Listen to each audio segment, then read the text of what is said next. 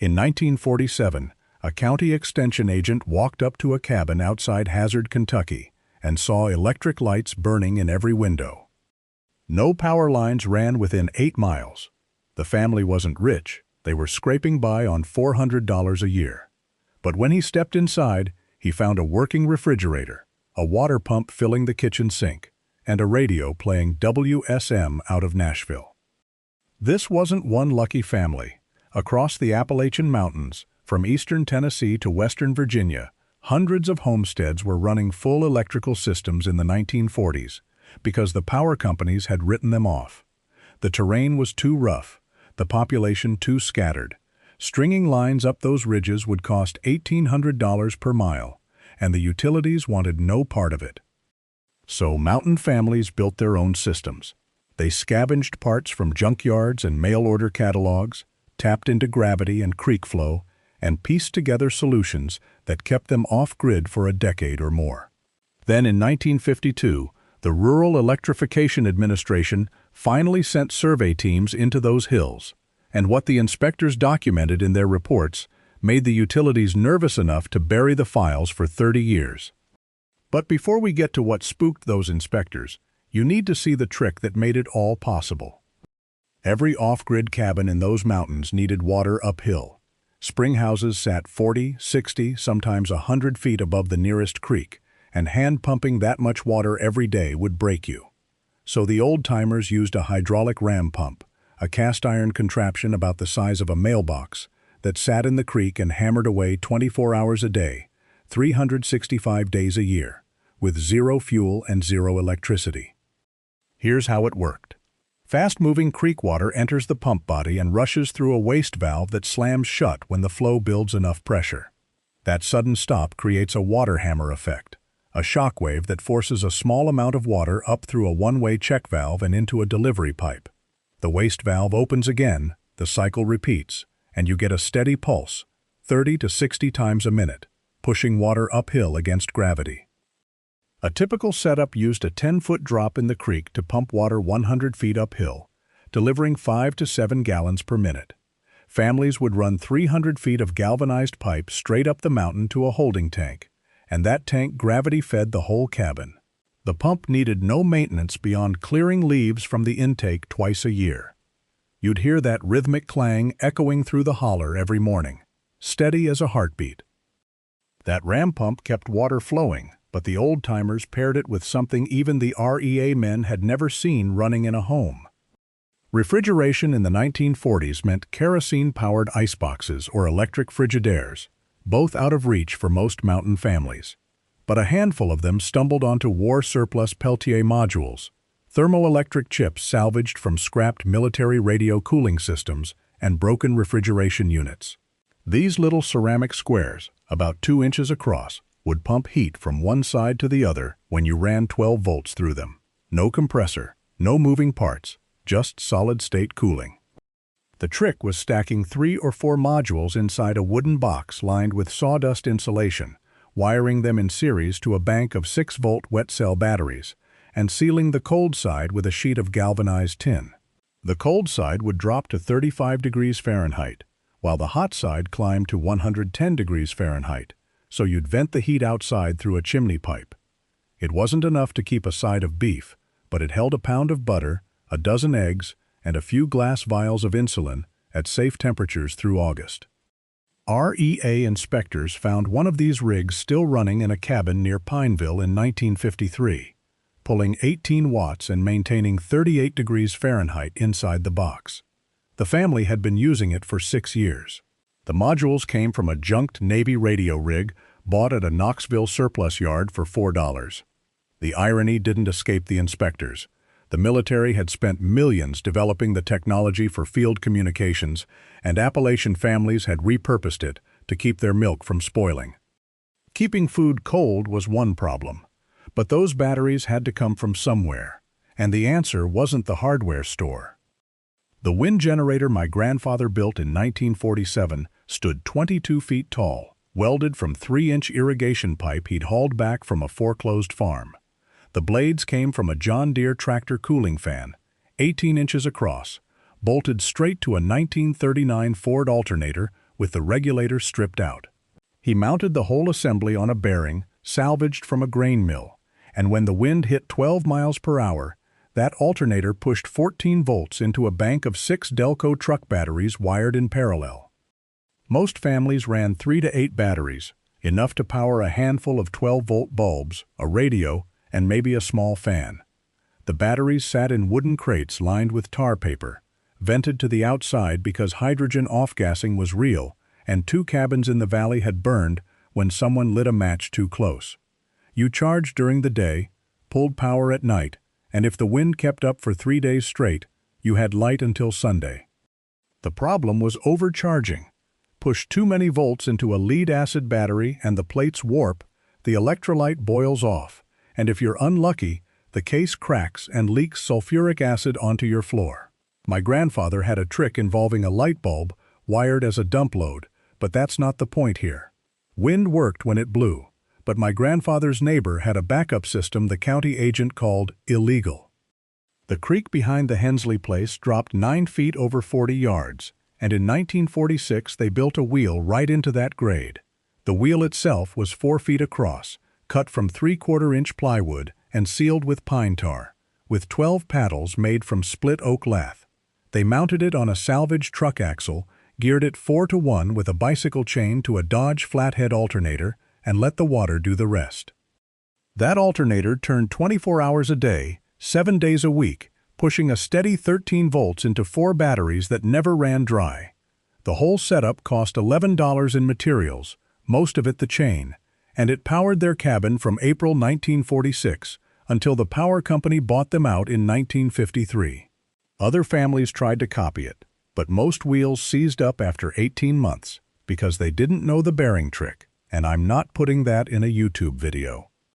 The Hensleys ran lights, a radio, and a 12-volt hot plate off that wheel. When the inspector came through in 1951, he wrote in his report that the system was primitive but functional, and that it produced more reliable power than the county's own grid at the time, which went down every thunderstorm. Those wheels never stopped, but the real genius was what happened when the creek froze solid every January. My grandfather's cousin buried a 55-gallon steel drum 3 feet down behind his chicken coop in 1948, packed it with horse manure and kitchen scraps, and ran a 1/2-inch pipe up through the frost line to a regulator valve he'd machined from a tire valve and a brass fitting. The drum was wrapped in 8 inches of fresh hay and straw, which composted hot enough to keep the fermentation going even when the air temp hit 10 degrees Fahrenheit. That methane fed a 2-burner cook stove and 3 converted kerosene lanterns from December through March. The gas came out low pressure, maybe 2 psi, which was just enough to keep a flame without blowing itself out. He fed the digester every 3 days, about a gallon of scraps and a shovel of manure, and it produced roughly 4 cubic feet of usable gas per day. The whole system worked because the composting hay generated its own heat, keeping the slurry around 95 degrees Fahrenheit even when snow piled 2 feet deep on top. The county extension agent told him it was illegal to store combustible gas within 50 feet of a dwelling, and my grandfather's cousin told him the county didn't run this far up the mountain. 3 families tried to copy the setup, and one of them vented it wrong. The barrel built up pressure overnight, blew the relief valve, and filled the crawl space with methane. They lost the cabin. Gas solved cooking, but lighting a whole cabin at night required a trick most people today think is impossible without electricity. Carbide lamps weren't just for miners. Mountain families bought 50-pound drums of calcium carbide, gray rocks that looked like gravel, and built a central generator in the basement or spring house. Drop water onto those rocks and you get acetylene gas, the same stuff welders use, bright and hot enough to read by across a 20-foot room. They ran copper pipe through the walls, same as a gas line today, with a shut-off valve and a wall-mounted burner in every room. Turn the valve, light the mantle, and you had adjustable light that didn't smoke like kerosene. A 5-gallon generator fed 6 lamps for a week, cost about $1.20 a month in carbide, and the only maintenance was scraping out the lime sludge every few days. The chemistry is simple, but the system only stayed safe if you got the pipe diameter and room ventilation exactly right. Too narrow and pressure builds, too wide and the flame goes out, And if you don't vent the carbon monoxide, you're asleep before you realize what's happening. Lighting worked, but every off-grid system has one weak point, and the old-timers had a backup nobody expected. If you had a spring head uphill from the cabin, you had refrigeration. They'd build a spring house over the source, dig a trench, and run the water through a wooden box set into the floor, 18 inches deep and lined with stone. The water flowed in one end at 42 degrees Fahrenheit, circulated around crocks of milk and butter, and flowed out the other side to the garden or livestock tank. The box stayed cold because the water never stopped moving, pulling heat out faster than the air could put it back in. Eggs lasted 3 weeks, fresh meat 4 days, and buttermilk stayed good through a July heat wave.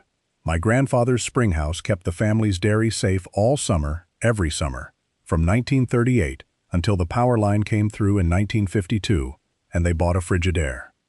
You can still see the stone boxes if you know where to look, most of them silted in now, but a few still running clear. The trick was matching the flow rate to the box volume and insulating the lid without blocking airflow. And that's the part the old plans leave out.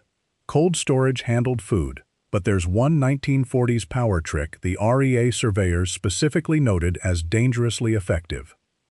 When hog killing time came in November, families rendered every ounce of fat they couldn't eat. Lard went into the crock for cooking, but tallow, the hard stuff from around the kidneys, got set aside in tin cans.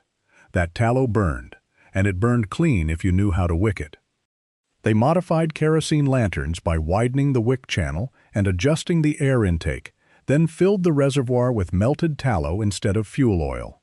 1 quart burned for 8 hours, gave off light comparable to a 40-watt bulb, and cost exactly nothing if you already butchered your own meat. Some families went further and adapted small stationary engines, the kind that ran cream separators and washing machines, to run on straight animal fat mixed with a little kerosene to keep it flowing.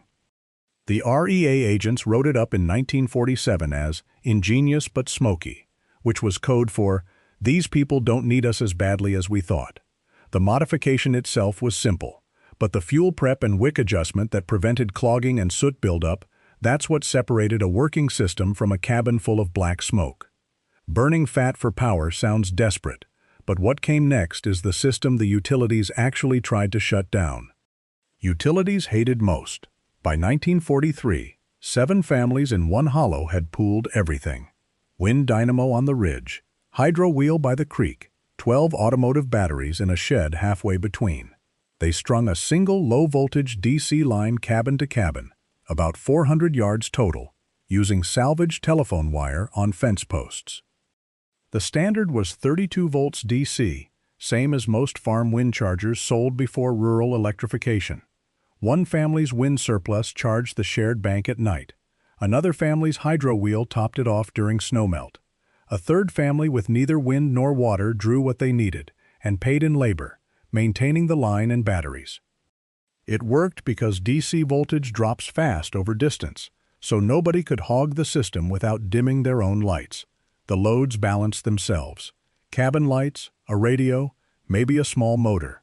REA inspectors found it in 1946 and wrote it up as illegal competition with a regulated utility, even though the nearest grid transformer was 11 miles away and wouldn't arrive until 1952. That shared line worked for 15 years, until the REA forced them to dismantle it and switch to AC, but one family hid their system and kept it running. The Hensleys buried 8 batteries under the barn floor in a wood-lined pit with a hinged trapdoor covered by loose hay bales. They ran the DC feed through galvanized conduit painted to match the barn's water line, then underground 60 feet to the cabin. The inspector saw a grid connection at the pole and a meter spinning just enough to cover the minimum monthly fee, $1.80. Inside, the cabin had both systems, grid outlets in the kitchen and front room for show, hidden DC outlets behind furniture and in closets for actual use. The buried bank held enough for 3 days of lights, radio, and a small fan.